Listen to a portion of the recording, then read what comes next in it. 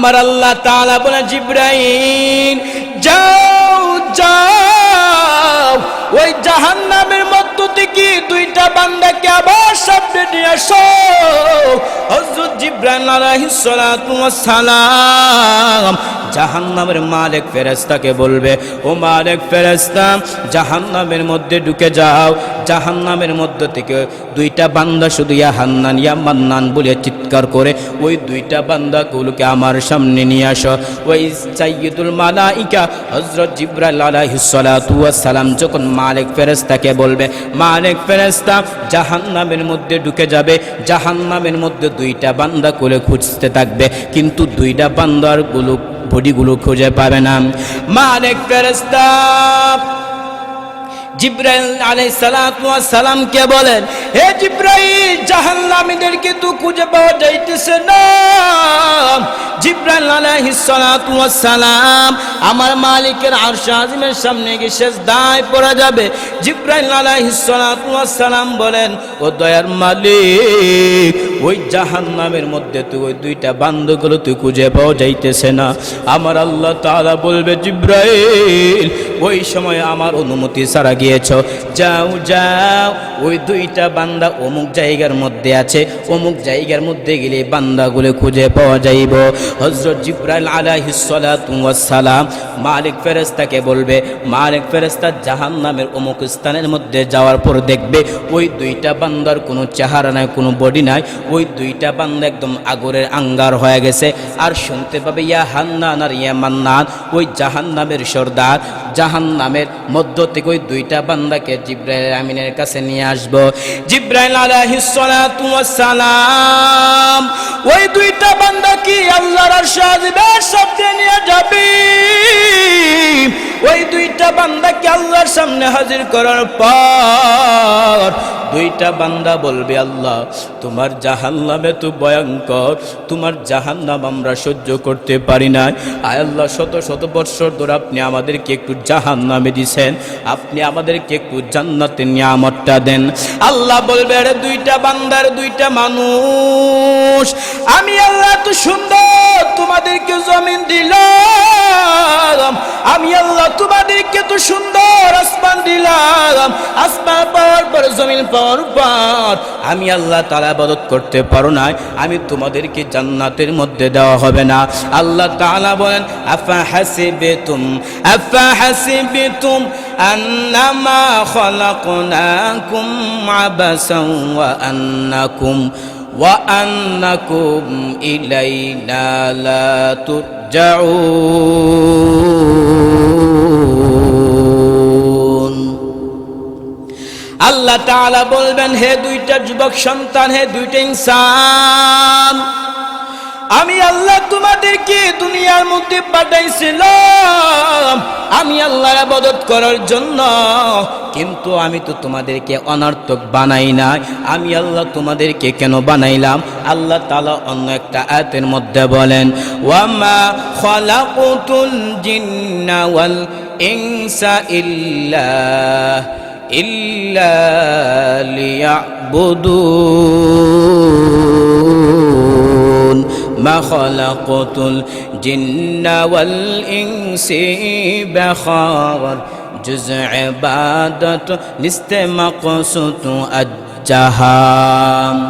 আল্লাহ তাআলা বলবে, ইনসানের দল, আমি আল্লাহ তোমাদেরকে তো সুন্দর জমিন দিলাম, জমিন পাওয়ার পর আসমান পাওয়ার পর আমার ইবাদত করতে পারো নাই, আজকে তোমাদেরকে জান্নাতের নিয়ামতটা দেওয়া হবে না। ওই দুইটা বান্দা বলবি, আল্লাহ তোমার একটা নাম ছিল হান্নান, তোমার একটা নাম ছিল মান্নান, এই হান্নান নামের উসিলায় মান্নান নামের উসিলায় আপনি আমাদেরকে জান্নাতে একটু নিয়ামতটা দেন। হাদিসের মধ্যে মায়ের নবী জানায় দেয়, ওই দুইটা ব্যক্তিকে শত বৎসর হাজার হাজার বছর জাহান্নামের মধ্যে জ্বালানোর পর শুধু ইয়া হান্নান আর ইয়া মান্নানের উসিলায় ওই দুইটা বান্দাকে আল্লাহ জান্নাতে নিয়ামতটা দিবে। কৌনান কা মুখতান খুদা তুমকো বানায়া, কৌনান কা মুখতান খুদা তুমকো বানায়া, उम्मत की निगहबान खुदा तुमको बनाया, उम्मत की निगहबान खुदा तुमको बनाया। या रब मेरा आक़ौ में समा जाए मदीना, या रब मेरा आक़ौ में समा जाए मदीना। मुद्दत से मेरे दिल में तमन्नाए मदीना, मुद्दत से मेरे दिल में तमन्नाए मदीना। ला विद्द वला निद्द वला हद्द लिमौला, ला विद्द वला निद्द वला हद्द लिमौला। الآن كما كان ولم يلق زوالا، الآن كما كان ولم يلق زوالا. سبحانك لا علم لنا إلا ما علمتنا إنك أنت العليم الحكيم. तकबीर में कलमा में नमाज़ों में अज़ा में, तकबीर में कलमा में नमाज़ों में अज़ा में, है नाम इलाही से मिला नाम मुहम्मद, है नाम इलाही से मिला नाम मुहम्मद। हैनी में महबूब या मुतनक़ का इशारा, हैनी में महबूब या मुतनक़ का इशारा। फिर क्यों न हो महबूब खुदा नाम मुहम्मद, फिर क्यों न हो महबूब खुदा नाम मुहम्मद। এ দুনিয়া মিছে বলে ভাই শুধু আশার খেলা ঘর, চোখ বুঝিলে দেখবি রে মনকে আপনার কে বাপার। কোথা থেকে আগমন কোথা যেতে হবে রে, কে আনিল কি কারণে জানা নাই ভবেতে। মরণ থেকে যতই পালাও মরণ তোমায় লইবে গিরি।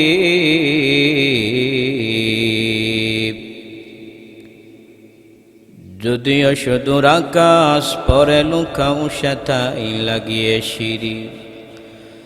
আলহামদুলিল্লাহ, প্রথমে আল্লাহ পাক লাখ কোটি শুকর সুজুদ যে আল্লাহ রব্বুল আলামিন বড় মায়া করে হাসান করে অনুগ্রহ করে বড় একটি সম্মেলনে আমাকে কিছু কথা বলার আপনাদেরকে শোনার তৌফিক দান করেছেন। এই জন্য নিয়ামত শুকর আদায়ের ইমানের আওয়াজকে উঁচু করে এক আওয়াজে উচ্চ কণ্ঠে কালিমাত শুকর আদায় করে আলহামদুলিল্লাহ। লাখো করে দরুদ সালাম সৈয়দুল মুরসালিন রহমাতুল লিল আলামিন শফিউল মুজনিবিন খাতামুন নবিয়্যিন সৈয়দুস সাকালান ইমামুল মুরসালিন শফিউ আযম রাসূল আকরাম রহমত আলম নবিয়ুল আরবুল আজম হাবিবে কিবরিয়া আশরাফুল আম্বিয়া সৈয়দুল আম্বিয়া জনাবে হযরত মুহাম্মদুর রাসূলুল্লাহ সাল্লাল্লাহু আলাইহি ওয়াসাল্লামের উপর বালুখা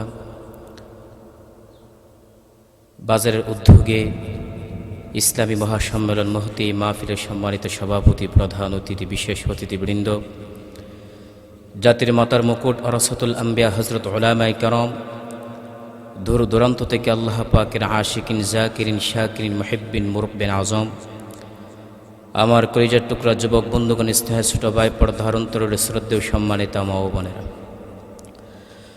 দয়াময় আল্লাহ রব্বুল আলামিনের অসংখ্য শুকর ও সুজুদ যে আল্লাহ রব্বুল আলামিন বড় মায়া করে আহসান করে অনুগ্রহ করে দিনী পরিবেশে আমাকে কিছু কথা বলার আপনাদেরকে শোনার তৌফিক দান করেছেন।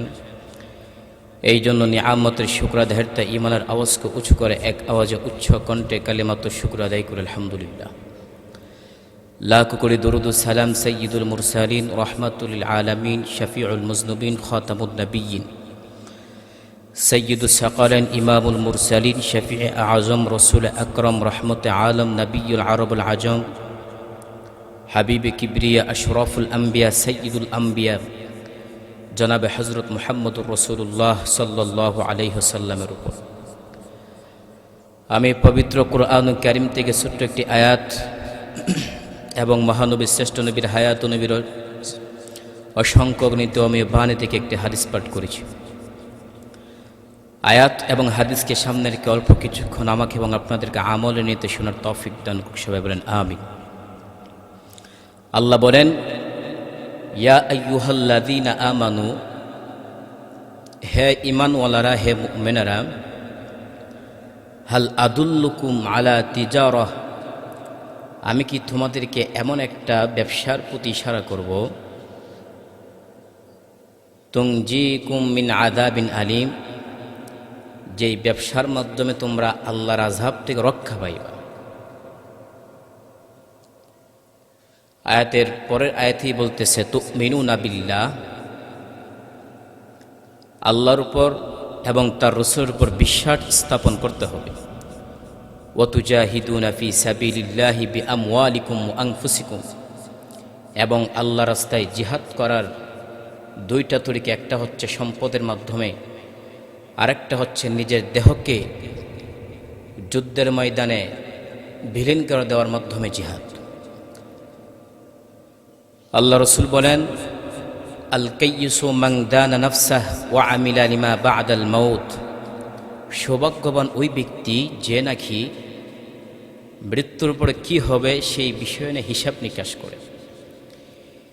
এই হলো আয়াত এবং হাদিসের সংক্ষিপ্ত তর্জমা। এখন আমাদের প্রশ্ন, আল্লাহ দিনটাকে তিনি ব্যবসার সাথে সামঞ্জস্য করলেন কেন, তাসবিহ দিলেন কেন? তাফসিরের মধ্যে উল্লেখ রয়েছে, ব্যবসার মাধ্যমে বান্দা তার রোজি রোজগার করার মাধ্যমে, ব্যবসার মাধ্যমে বাড়িঘর বিল্ডিং সব কিছু করতে পারে। ঠিক তেমনভাবে আখিরাতের ব্যবসার ক্ষেত্রে, আখিরাতের যদি ব্যবসা করে ওই ব্যক্তি জান্নাতে ঘর কিনতে পারবে। ব্যবসার মাধ্যমে ব্যক্তি দুনিয়ার মধ্যে বড় বড় কিছু সম্পদশালী হওয়া যায়, টাকা পয়সার অধিকারী হওয়া যায়। ব্যবসার মাধ্যমে মানুষ যে কষ্টের মধ্যে হয়, ক্ষুধার কারণে সেই কষ্ট থেকে মানুষ বিরত থাকে, তার কারণ কি? ব্যবসার মাধ্যমে। ব্যবসা যদি বান্দা, কোনো ব্যক্তি যদি ব্যবসা করে, ব্যবসার মাধ্যমে তার রোজি রোজগার আয় উন্নত আসে। ঠিক তেমনভাবে কোনো ব্যক্তি যদি আখিরাতের ব্যবসা করে, আখিরাতের ব্যবসার ক্ষেত্রে ওই ব্যক্তির যখন দুনিয়া থেকে বিদায় নিয়ে যাবে তখন জান্নাত পাবে। দুনিয়ার মধ্যে বান্দা যে কাজগুলো করেছে, যে ঈমান আমলের ব্যবসা করেছে, ওই ব্যক্তি সে আখিরাতের ব্যবসার মাধ্যমে সে জান্নাত পাবে। অতএব দুনিয়ার ব্যবসার মাধ্যমে মানুষ বিপদ থেকে মুক্তি হতে পারে, আর আখিরাতের ব্যবসার মাধ্যমে আল্লাহর আযাব থেকে রক্ষা পাবে। এখন ব্যবসা করার ক্ষেত্রে যে তরিকাগুলো আছে, ব্যবসাগুলোর ক্ষেত্রে যে মাধ্যমগুলো আছে, দুনিয়া লাইনে যে ব্যবসাগুলো করতে যে মাধ্যম প্রয়োজন, আখিরাতের ক্ষেত্রে ব্যবসা করার ব্যাপারে এতটুকু মাধ্যম প্রয়োজন। দুনিয়ার ব্যবসা করার ক্ষেত্রে তার প্রথম নাম্বার হচ্ছে, ব্যবসার ক্ষেত্রে তার জ্ঞান থাকতে হবে, যোগ্যতা থাকতে হবে। কোনো ব্যক্তি যদি তার ব্যবসা সম্পর্কে তার ধারণা না থাকে, তাহলে কিন্তু সে ব্যবসা করতে পারবে না। তো ব্যবসা করতে হলে তার জ্ঞান অর্জন করতে হবে। ঠিক তেমনভাবে দিনের উপর চলতে গেলে আপনার জ্ঞান অর্জন করতে হবে। আপনি উজু করার ক্ষেত্রে উজুর ফরজ কয়টা, গোসলের ফরজের ক্ষেত্রে গোসলের ফরজ কয়টা, উজুর সুন্নতের ক্ষেত্রে আপনার উজুর সুন্নত কয়টা, ওইগুলো জানতে হবে। তা যদি ঠিক ব্যবসা করার ক্ষেত্রে যদি জ্ঞান প্রয়োজন হয়, ঠিক তেমনভাবে দিনের উপর চলতে গেলেও তার জ্ঞান প্রয়োজন। এই জন্য আল্লাহ রসুল বলেন, তলাবুল ইলমি ফারিদাতুন আলা কুল্লি মুসলিম, প্রত্যেক নরনারীর উপর ইলমে দ্বীন শিক্ষা করা ফরজ। দ্বিতীয় নাম্বার হচ্ছে ব্যবসা করার ক্ষেত্রে ব্যবসায়ী সে তার ঘর থেকে বের হতে হবে। যদি কোনো ব্যক্তি ব্যবসা করে ঘরের ভিতরে বসে থাকে, যদি সে ব্যবসা করে, তার ব্যবসার মধ্যে উন্নতি আসবে না। তো যদি কোনো ব্যবসায়িক তার ব্যবসার মধ্যে উন্নতি আসতে হয়, তার ঘর থেকে বের হতে হবে, বিভিন্ন জায়গায় তার সফর করতে হবে, ব্যবসার জিনিসপত্র তার বিভিন্ন জায়গায় প্রচার করতে হবে, মানুষের কাছে অর্ডার দিতে হবে। যখন কি করতে পারবে, অর্ডার করতে পারবে, ঘর থেকে বের হবে, তাহলে তার ব্যবসার মধ্যে উন্নতি আসবে। ঠিক তেমনভাবে কোনো মুমিন বান্দা, কোনো ইমানদার বান্দা যদি দিনের উপর থাকতে হয়, দিনের উপর শিখতে হয়, দিনের জিনিস জানতে হয়, তার ঘর থেকে বের হতে হবে। এজন্য আমাদের সন্তানরা দেখেন না, তারা জ্ঞান শিক্ষার জন্য, এলেম শিক্ষার জন্য তারা ঘর থেকে বের হয়, কওমি মাদ্রাসার মধ্যে পড়ে। তো ব্যবসা করার ক্ষেত্রে যেমন তার ঘর থেকে বের হতে হবে, ঠিক তেমনভাবে দিনের ক্ষেত্রেও তোমার ঘর থেকে বের হতে হবে। 3 নাম্বার হচ্ছে ব্যবসা করার জন্য তার পুঁজি থাকতে হবে। কোনো ব্যক্তি যদি পুঁজি না থাকে, ওই ব্যক্তি ব্যবসা করতে পারে না। আর যার ক্ষেত্রে, যার কাছে পুঁজি আছে, সেই ব্যবসা করতে পারবে। ঠিক তেমনভাবে কোন মুমিন বান্দা তার ব্যবসা করার জন্য তার পুঁজি হচ্ছে ঈমান। যদি ঈমান না থাকে, তাহলে তার আমলে কোনো কর্তব্য আসবে না। ঈমান না থাকলে সে যে আমল করবে না কেন, তার আমলের মধ্যে কোনো গ্রহণযোগ্যতা আসবে না। অতএব ব্যবসা করার জন্য তার পুঁজি দরকার। ঠিক তেমনভাবে মুমিনদের জন্য তার আমল, তার চেষ্টা, তার ইবাদত কবুল হওয়ার জন্য তার কি থাকতে হবে? ঈমান থাকতে হবে। 4 নাম্বার হচ্ছে ব্যবসার ক্ষেত্রে তার হিসাব নিকাশ করতে হবে। তার কোথায়, তার কোন জায়গার মধ্যে কোন গাফলিতে হচ্ছে, অথবা উন্নতি হলে কোন দিক দিয়ে উন্নত হচ্ছে, ওই উন্নতিগুলি যদি আমরা একটু ফিকির করতে পারি, উন্নতিগুলি যদি আমরা একটু খুঁজতে পারি, তাহলে কিন্তু আমাদের জন্য ব্যবসা করা সহজ হবে। ঠিক তেমনভাবে মুমিন বান্দার ঈমান সংরক্ষণ থাকার জন্য সে ফিকির করতে হবে, যে চিন্তা ভাবনা করতে হবে কোন কাজ করার মাধ্যমে তার ঈমানটা চলে যায়, কোন কাজের মাধ্যমে তার ঈমানটা বৃদ্ধি পায়, ওই হিসাব নিকাশ করতে হবে। এজন্য আমি প্রথমে বলেছিলাম যে দুনিয়ার ব্যবসার সাথে আখিরাতের ব্যবসা কিন্তু অনেক মিল পাওয়া যায়। তাহলে যদি কোনো মুমিন বান্দা তার ব্যবসার ক্ষেত্রে যদি হিসাব নিকাশ না করে, তার ব্যবসায় যেমন উন্নতি আসতে পারে না। হিসাব নিকাশ নিলে কিন্তু সে বুঝতে পারবে কোন কাজের মাধ্যমে তার উন্নতি হচ্ছে, কোন কাজটার মধ্যে তার কি হচ্ছে, ক্ষতি হচ্ছে। যখন সে ব্যবসায়িক, যখন তার ব্যবসার পথটা, তার রাস্তাটা যখন জানতে পারবে, তখনই তার ব্যবসার মধ্যে উন্নতি চলে আসবে। আর যদি তার ব্যবসা সম্পর্কে যদি সে ধারণা না থাকে, যে কোথায় গেলে, কোন জায়গায়, কোন রাস্তায় গেলে তার ব্যবসায় উন্নতি হয়, কোন জায়গায় গেলে তার রাস্তায় উন্নতি হয় না, সে বিষয়ে যদি তার ফিকির না থাকে, চিন্তা না থাকে, তাহলে কিন্তু তার ব্যবসা আসবে না। ঠিক তেমনভাবে মুমিন বান্দা তার উন্নতি আসার জন্য, তার ঈমানটা পরিপূর্ণ থাকার জন্য, তার ঈমানটা সংরক্ষিত থাকার জন্য চেষ্টা করতে হবে। দেখতে হবে কোন কাজটা করলে তার ঈমান চলে যাওয়ার সম্ভাবনা থাকে, এবং কোন কাজটা না করলে তার ঈমানটা সংরক্ষণ থাকে। নাম্বার 5, ব্যবসা করার ক্ষেত্রে তার চরম পর্যায়ে চেষ্টা করতে হবে। যদি কোনো মুমিন বান্দা অথবা কোনো ব্যবসায়িক বান্দা যদি চেষ্টা না করে, ব্যবসায় সফলতা আসবে? সফলতা আসবে না। তো ব্যবসায়ী তার ব্যবসার উন্নতি আসার জন্য কি করতে হবে? চেষ্টা করতে হবে। ঠিক তেমনভাবে মুমিন বান্দা চেষ্টা করার জন্য, তার আমলটা গ্রহণযোগ্যতা আসার জন্য, তার আমলটা যেন মূল্যায়ন আসে, তার আমলের মাধ্যমে যেন সে যেন জান্নাত পা, সেক্ষেত্রে তার চেষ্টা করতে হবে। চেষ্টা কোন দিক দিয়ে করবেন? নামাজের মাধ্যমে চেষ্টা করতে পারেন, রোজার মাধ্যমে চেষ্টা করতে পারেন, হজের মাধ্যমে চেষ্টা করতে পারেন, যাদের উপর যাকাত ফরজ তারা যাকাত আদায়ের মাধ্যমে চেষ্টা করতে পারে। যদি ব্যবসার ক্ষেত্রে যদি চেষ্টা না করে, যেমন ব্যবসার মধ্যে সফলতা আসবে না, ঠিক তেমনভাবে যদি দিনের ক্ষেত্রে যদি চেষ্টা না করে, তার ঈমানের মধ্যে তার ঈমান বৃদ্ধি পাবে না। তো সব ক্ষেত্রে কিন্তু, সব জিনিসের ক্ষেত্রে কী করতে হবে? চেষ্টা করতে হবে। এজন্য সেই ব্যবসা, যদিও দুনিয়ার সাথে তাসবিহ দিয়েছে, উপমা দিয়েছেন, দুনিয়া ব্যবসার সাথে কিন্তু আখিরাতের ব্যবসা অবশ্যই মিল রয়েছে।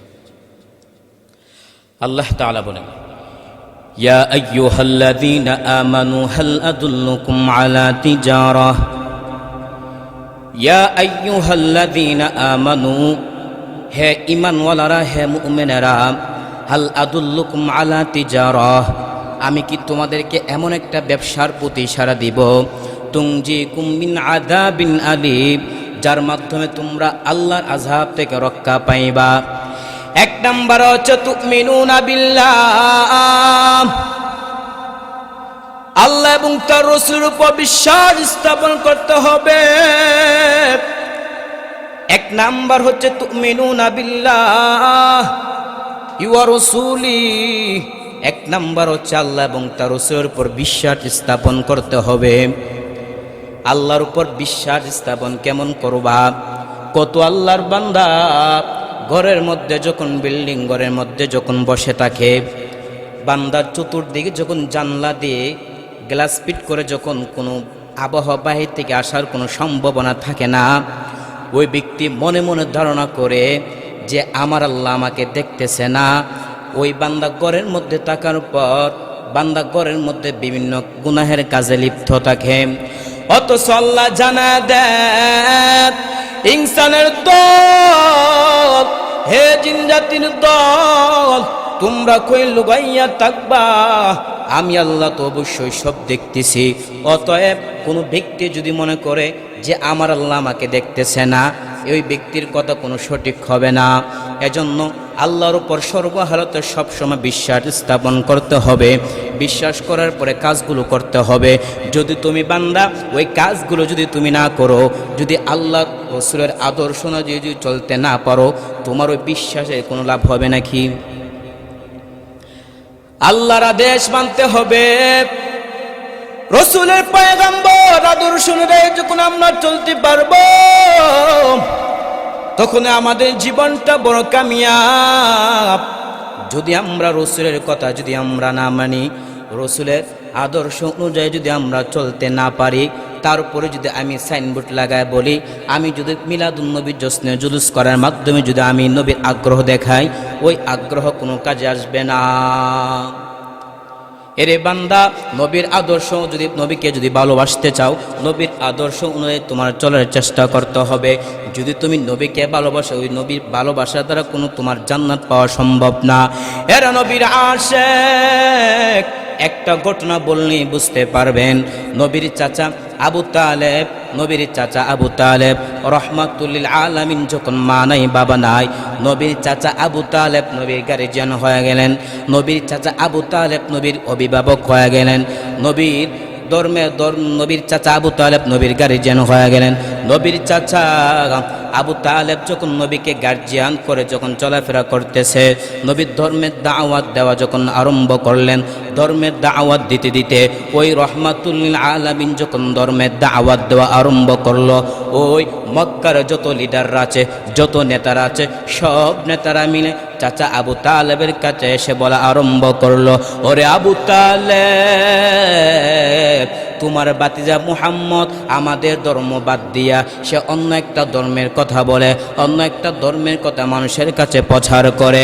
ও আবু তালেব শুনো, তুমি তো আমাদের লিডারের মধ্য থেকে একজন, তোমার বাতিজাকে জানাইয়া দাও, তোমার বাতিজা যেন এই ধর্মের কথা যেন না বলে, সে তোর ধর্মের কথা তার নিজের গণ্ডির মধ্যে রাখে, আমাদের লোকদের কাছে যেন না বলে। নবীর চাচা আবু তালেব নবীকে যখন অভিভাবক করতে করতে চলাফেরা করতেছে, নবীর মা নাই, নবীর বাবা নাই, রহমাতুল লিল আলামিনকে চাচা আবু তালেব সামনে পাইয়া বলা আরম্ভ করলো, ও মুহাম্মদ, ওই যে লিডাররা আছে সবাই আমাকে বলেছে তুমি নাকি নতুন ধর্মের কথা বলো, না না না, ওই ধর্মের কথা তুমি অন্যের কাছে বলতে পারবা না। চাচা আবু তালেব রহমাতুল লিল আলামিনকে বলা আরম্ভ করলো, ও মুহাম্মদ, ওই ধর্মের কথা তুমি তোমার কাছে রাখবা, অন্যের কাছে বলা প্রয়োজন নাই। রহমাতুল লিল আলামিন চাচা আবু তালেবের ওই কথা শুনিয়া নবীজি চোখ দিয়ে টপ টপ করে পানি পড়া আরম্ভ করলো।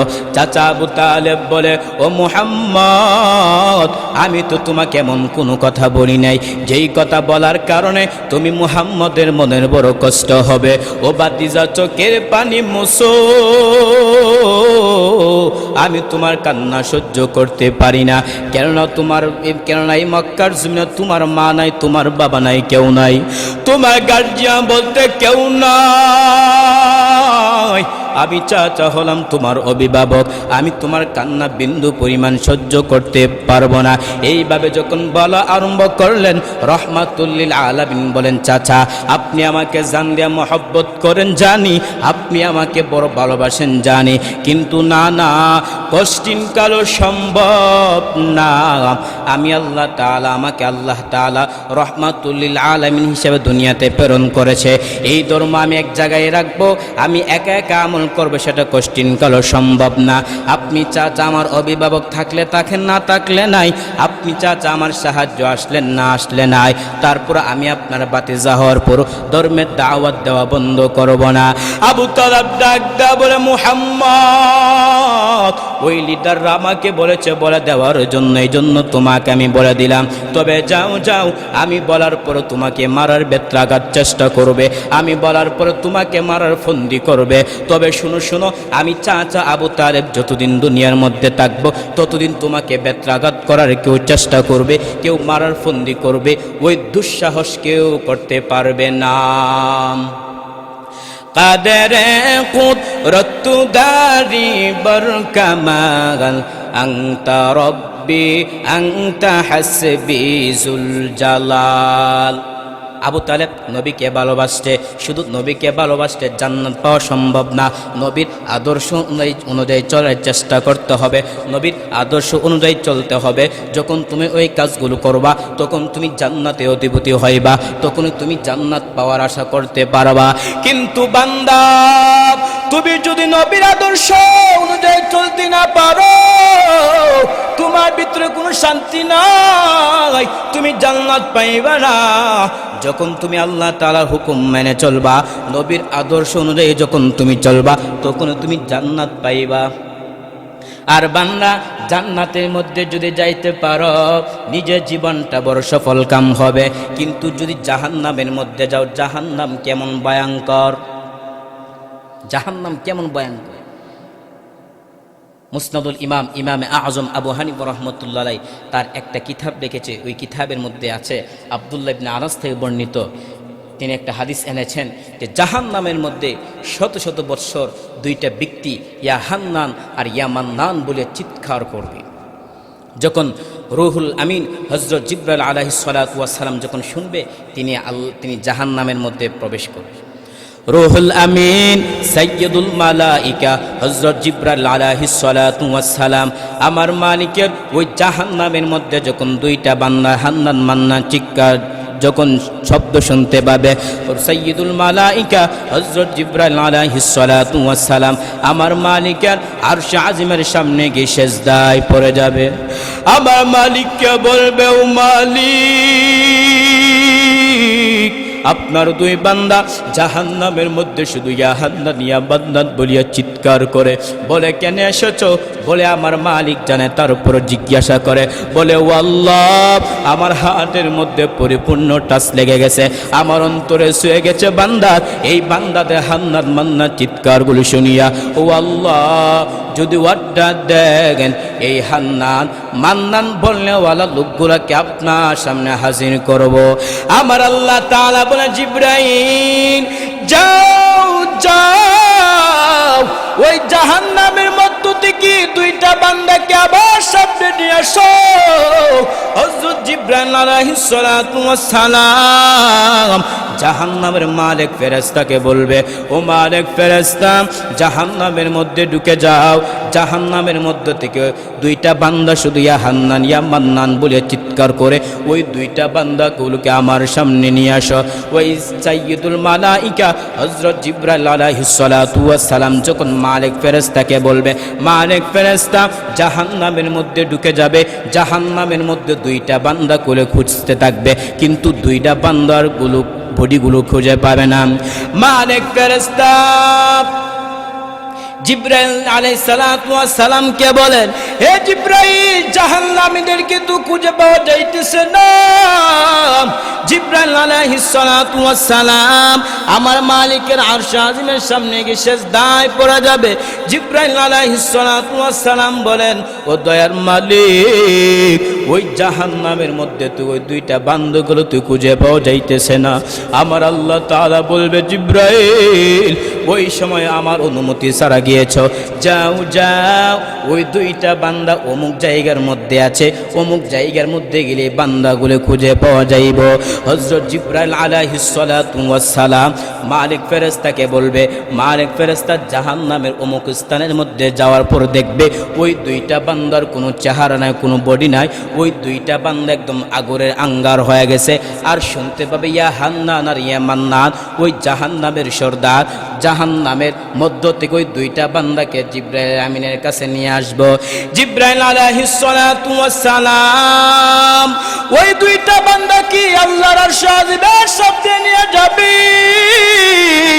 ওই দুইটা বান্দাকে আল্লাহর সামনে হাজির করার পর দুইটা বান্দা বলবে, আল্লাহ তোমার জাহান্নাম এত ভয়ঙ্কর, তোমার জাহান্নাম আমরা সহ্য করতে পারি না।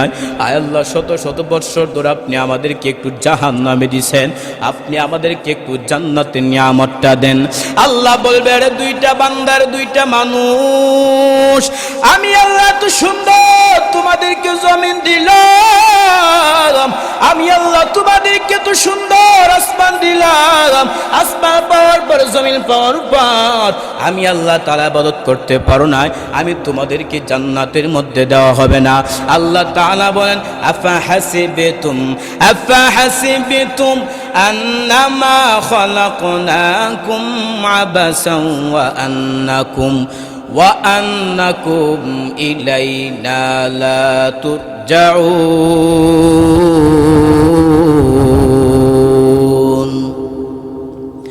আল্লাহ তাআলা বলবেন, হে দুইটা যুবক সন্তান, হে দুইটা ইনসান, আমি আল্লাহ তোমাদেরকে দুনিয়ার মধ্যে পাঠাইছিলাম আমি আল্লাহর ইবাদত করার জন্য, কিন্তু আমি তো তোমাদেরকে অনর্থক বানাই নাই। আমি আল্লাহ তোমাদেরকে কেন বানাইলাম?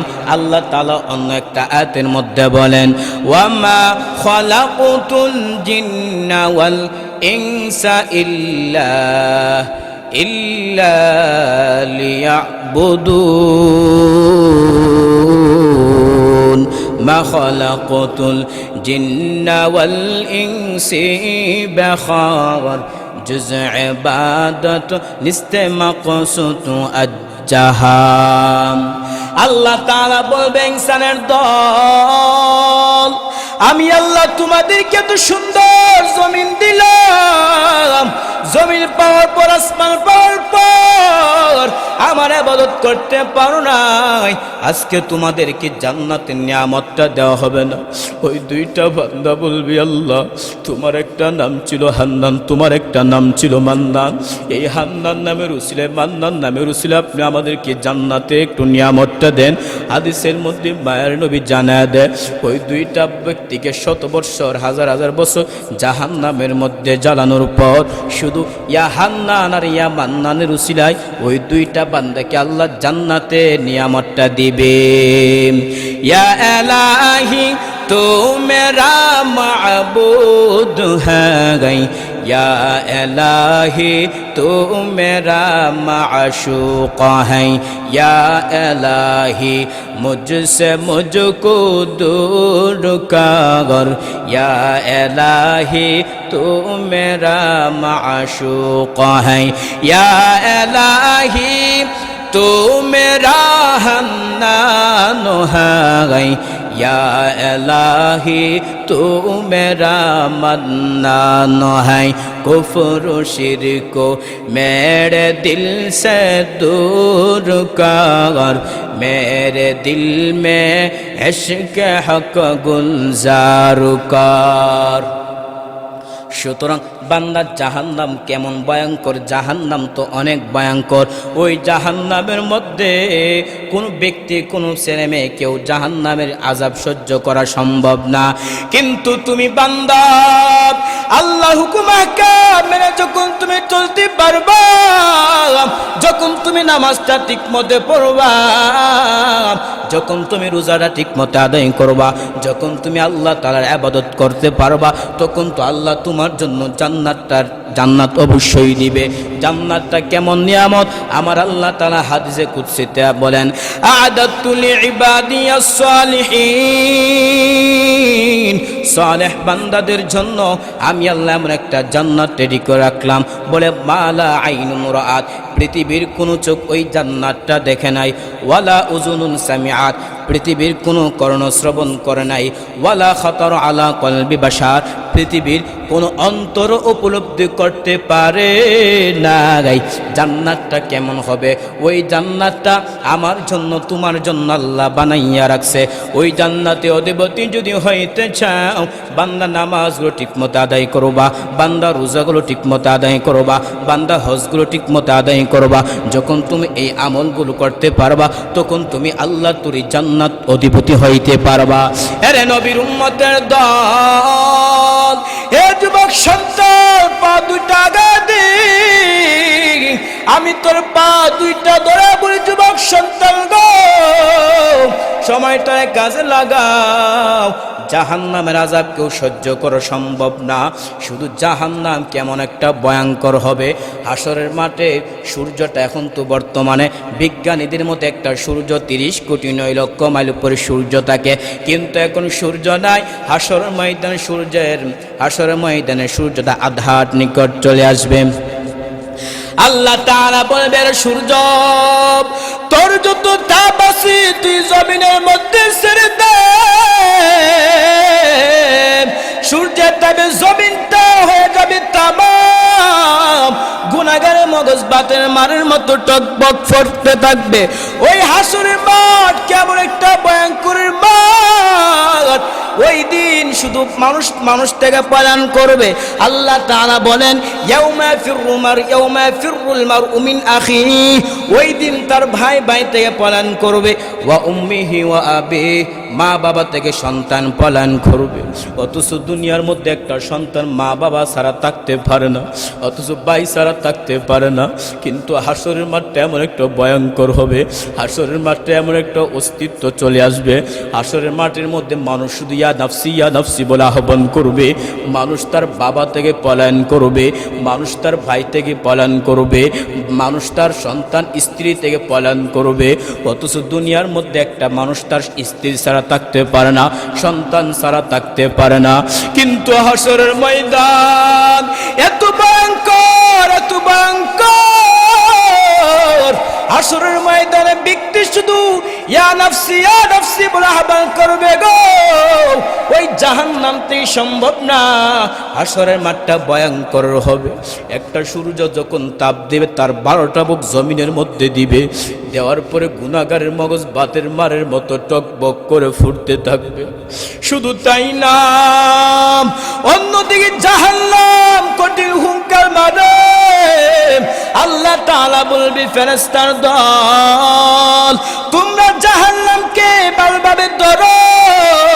ফেরেশতা জাহান্নামকে ধরে রাখতে পারে না। আল্লাহ তাআলা কুদরতি হাতের মাধ্যমে সামান্য একটু পানি জাহান্নামের মধ্যে ছিটা দিবে। দেওয়ার পরে জাহান্নাম আর কঠিন হুঙ্কার মারে না। ফেরেশতারা বলবে, আল্লাহ এ কেমন পানি দিছো? এতে কি বেহাতির পানি না জমজমের পানি, নাকি এটা কাউসারের পানি? আল্লাহ বলবে, এটা জমজমের পানিও না, এটা কাউসারের পানিও না, এটা হলো আখির জামানার উম্মতের চোখের পানি। অতএব বান্দা, চোখের পানি ফালাইয়া যদি তুমি পাপ থেকে রক্ষা পাইবা, জাহান্নাম থেকে ভয়ঙ্করের থেকে মুক্তি পাইবা। এর বান্দা শুধু জাহান্নাম শুধু এতটুক ক্ষান্ত না, আল্লাহ জাহান্নামকে বলবে হাল মিন মাজিদ। আল্লাহ জাহান্নামকে বলবে, জাহান্নাম তোমার কি পেট ভরেছে, তোমার কি ক্ষুধা নিবারণ হয়েছে? জাহান্নাম বলবে হাল মিন মাজিদ। জাহান্নাম বলবে আল্লাহ গুনাহগারগুলোকে আরো আছে কিনা আমার পেটের মধ্যে, আমার এখনো ক্ষুধা নিবারণ হয় নাই, জাহান্নামীদেরকে আমার মধ্যে আমার আরো লাগবে। এর বান্দা জাহান্নাম কেমন একটা পেটুক, জাহান্নামে দুনিয়ার সমস্ত মানুষকে ভক্ষণ করতে পারবে। ওই জাহান্নামটা তো আমার জন্য বানাই নাই, আপনার জন্য বানাই নাই। ওই জান্নাতটা একমাত্র আমাদের জন্য বানাইছে, ওই জান্নাতটা আমাদের জন্য বানাইছে। আমরা যদি ওলামায়ে কেরামের মুখের জবান থেকে বয়ানগুলো শুনে যদি আমল করতে পারি তাহলে তো আল্লাহ আমাদেরকে জান্নাত দিবে। আর যদি আমরা জান্নাতের মধ্যে যাইতে পারি তাহলে তো আমাদের জীবনটা বড় সফল কাম। কিন্তু বান্দা, কত যুবক সন্তান নামাজ পড়ে না, হুজুরের কাছে যাই না, আলেমদের কাছে যাই না। যদি যুবক সন্তানটা যদি আলেমদের কাছে যাইতো, আলেম ওলামায়ে কেরামের কথা শুনতো, ওই যুবক সন্তানটা আল্লাহ তাআলার কাছে বড় প্রিয় একটা বান্দা হয়ে যাইতো। হাদিসের মধ্যে আল্লাহ তাআলা, আল্লাহ রসুল বলেন আল্লাহ তাআলা 7 শ্রেণীর লোকদেরকে আরশের মধ্যে ছায়া দিবে। এর মধ্যে একটা হচ্ছে যুবক সন্তান, যারা যুবক অবস্থা আল্লাহর ইবাদত করবে, ওই বান্দাগুলোকে আল্লাহ তাআলা একটা আরশের মধ্যে ছায়া দিবে। এর যুবক সন্তান একটু মনটারে বুঝাইয়া আলেমদের কাছে যাইয়া, মসজিদের ইমাম সাহেবদের কাছে যাইয়া, হুজুরদের কাছে গিয়া কিছু দিন নিসবত থেকে আলেমদের কিছু শিক্ষা নিজে আমল করে আমল যদি করতে পারো, নিজের জীবনটা বড়, তোমার জীবনটা বড় কামিয়াব হবে, তোমার জীবনটা বড় সফল কাম হবে। আলেমদের কাছে যেতে হবে। আলেমদের কাছে যাইয়া যদি আমরা কি করতে পারি, আমলগুলো করতে পারি, তাহলে কিন্তু আল্লাহর যে তরি জান্নাত সেটা কিন্তু আমাদের জন্য অবশ্যই অবধারিত হবে। অতএব আল্লাহ তাআলা আমাদেরকে, আল্লাহ তাআলা বলেন ইয়া আইয়ুহাল্লাযীনা আমানু হাল আদুল্লুকুম আলা তিজারা, আল্লাহ বলেন হে ইনসানের দল, আমি কি তোমাদেরকে এমন একটা ব্যবসার প্রতি ইশারা দিব যে এই ব্যবসার মাধ্যমে তোমরা আল্লাহর আযাব থেকে রক্ষা পাইবে। দুনিয়ার ব্যবসার মাধ্যমে যেমন মানুষ তার ভয় ভীতি থেকে মুক্তি পায়, ঠিক তেমনভাবে যদি আমরা আখিরাতের ব্যবসাটাও করতে পারি তাহলে অবশ্যই ইনশাআল্লাহ আমরা জাহান্নামের আযাব থেকে রক্ষা পাইব। দুনিয়ার ব্যবসার ক্ষেত্রে যেমন মূলনীতিগুলো বলেছি প্রয়োজন, ঠিক তেমনভাবে দিনের উপর থাকতে গেলে ওই মূলনীতিগুলো প্রয়োজন। আল্লাহ তাআলা যেন আমাদেরকে উক্ত মূলনীতি অনুযায়ী শুনে আমল করে জান্নাতের জন্য আমরা জান্নাতের বাসিন্দা হতে পারি। আল্লাহ পাক সবাইকে তৌফিক দান করুক। ওয়া আখিরু দাওয়ানা আনিল হামদুলিল্লাহি রাব্বিল আলামিন। আসসালামু আলাইকুম ওয়া রাহমাতুল্লাহ। হুজুরের পরবর্তী ওয়াজ আসিতেছে আমাদের ইউটিউব চ্যানেলে, তাই সাবস্ক্রাইব করে সাথেই থাকুন।